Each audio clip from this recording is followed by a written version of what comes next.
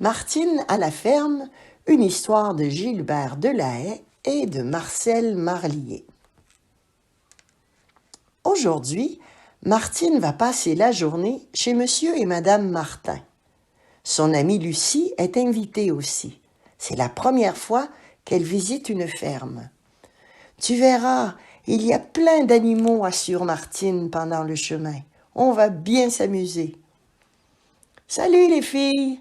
appelle Alexis quand la carriole entre dans la ferme. « Coucou !» répond Martine en agitant le bras. « J'avais hâte que vous arriviez. Venez voir, les œufs ont éclos hier et des petits poussins sont nés. » Martine et Lucie suivent Alexis dans la basse-cour. Autour de Roussette, 5 adorables poussins sautillent gaiement. Ils picorent des graines et boivent de l'eau dans un grand bol. Roussette tient ses petits à l'œil. Pas question qu'ils s'éloignent. Une vraie maman poule. Soudain, la poule se dresse et caquette bruyamment.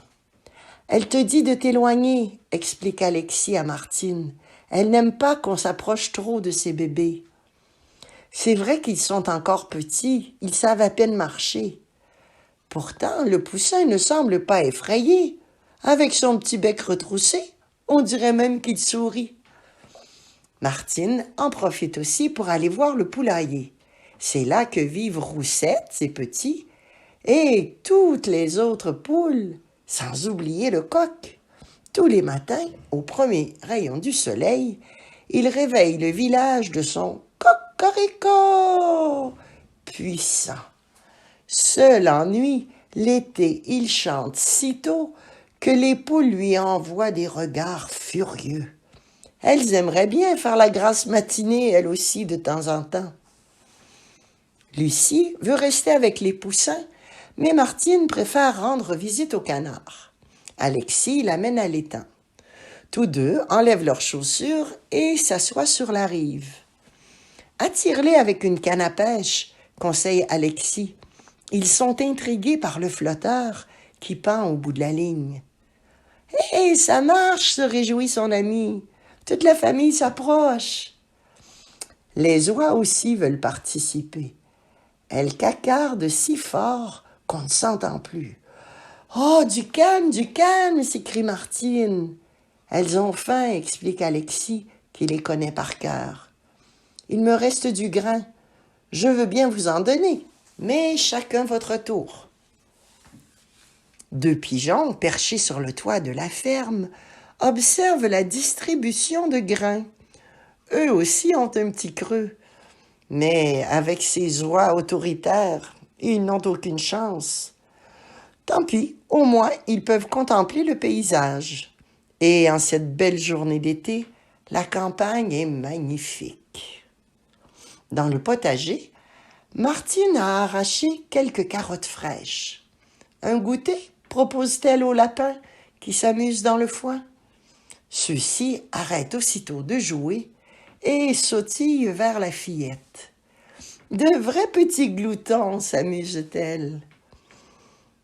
Rien n'est aussi mignon qu'un lapereau, soupire Martine.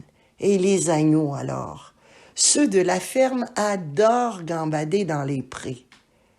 Plus vite, Flocon, crie Alexis, je vais t'attraper. Sa sœur Mia est venue, elle, se réfugier tout près de Martine.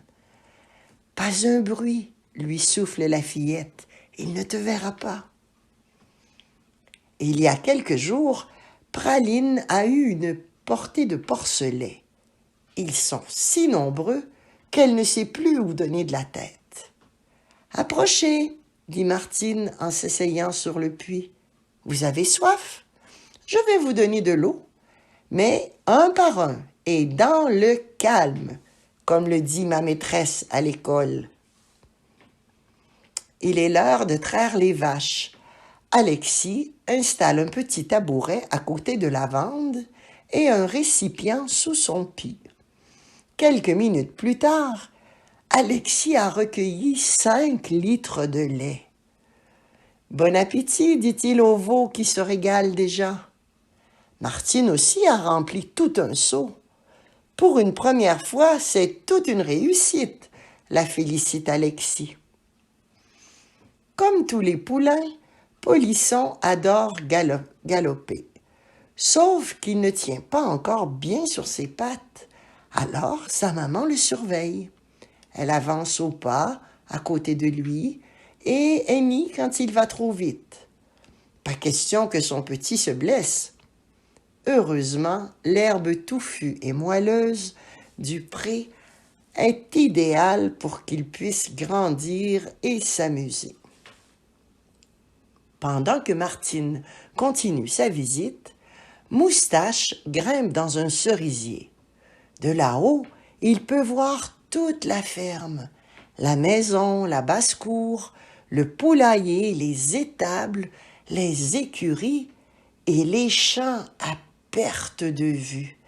C'est immense. Pas étonnant que les animaux vivent heureux ici. Oscar, le chien, a conduit Martine au verger. « Merci, Oscar, lui dit-elle. Tu es un excellent guide. » Elle tend la main pour le caresser.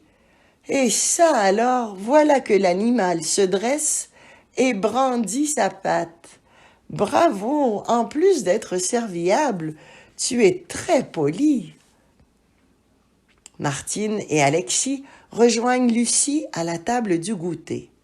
Sous les yeux des animaux de ferme, ils mangent les délicieux sandwichs préparés par Madame Martin. Moustache et Oscar bondissent aux pieds de Martine pour réclamer une friandise. « Un morceau chacun, » accepte la fillette, « pour vous féliciter d'avoir été si sage. » Le soleil a disparu derrière les collines. Il est l'heure de rentrer à la maison. Monsieur et Madame Martin viennent saluer les filles en les regardant s'éloigner. « Au revoir, Alexis !» crie Martine depuis la carriole. « Occupe-toi bien des animaux et dis-leur bien que Martine reviendra les voir très bientôt. »